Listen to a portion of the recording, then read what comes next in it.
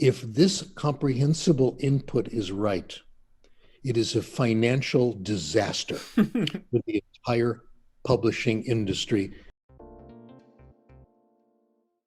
Today, they're still certainly more widespread than they have been in the past, and I think especially with people like myself and Steve Kaufman, who are spreading on the internet, on YouTube, how to actually apply these principles. It is getting more well-known and widespread. But still, if you go and take an average language class at your college, or you ask some random guy on the street, how do you learn a language, they're going to say something like, speak as much as you can from day one, or like, yeah, make sure you drill in all those grammar rules.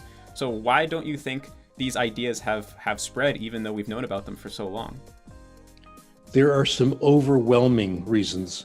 I like to compare this to the Chomskyan revolution in linguistics. He managed to win out. His theory of grammar is the one, no question. With all due respect to Chomsky, who I think is the true living master, okay, he had an easier job. If the theoreticians decide that Chomsky's grammar is better than some other model, nobody suffers. Nobody loses money. It's an intellectual argument.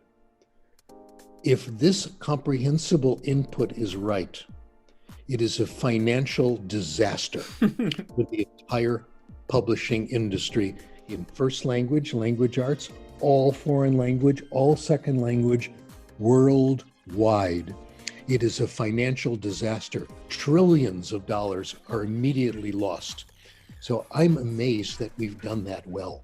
The publishers will be devastated if this is right. It means all the books are immediately obsolete. Mm-hmm. That's tough stuff. And I do appreciate that all the techniques of acquiring language, people who are, putting out systems, all that, it's hard for everybody. And I do appreciate that. I'm surprised we've done this well.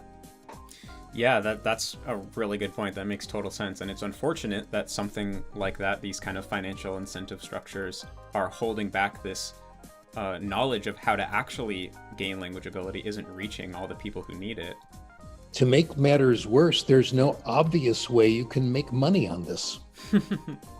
There's no textbook. Well, there's little bits here and there, but it's not like the big boondoggle of every student ordering a textbook that could be anywhere from $10 to $100 that's based on, grammar, et cetera, and then exercises you do in the lab. Yeah. So there is a little money to be made, I guess, but it's not as obvious as in the old days. Yeah, totally. I mean, I think there's some money to be made on creating comprehensible input for beginners. That is also compelling, right? Because that's probably the biggest hurdle when you're first getting into a language and you want to apply these ideas, is there's not a lot of interesting and comprehensible input for a beginner. But once you get past that, then the groups of people who really have the potential to make money off this is like Netflix, pretty much, right?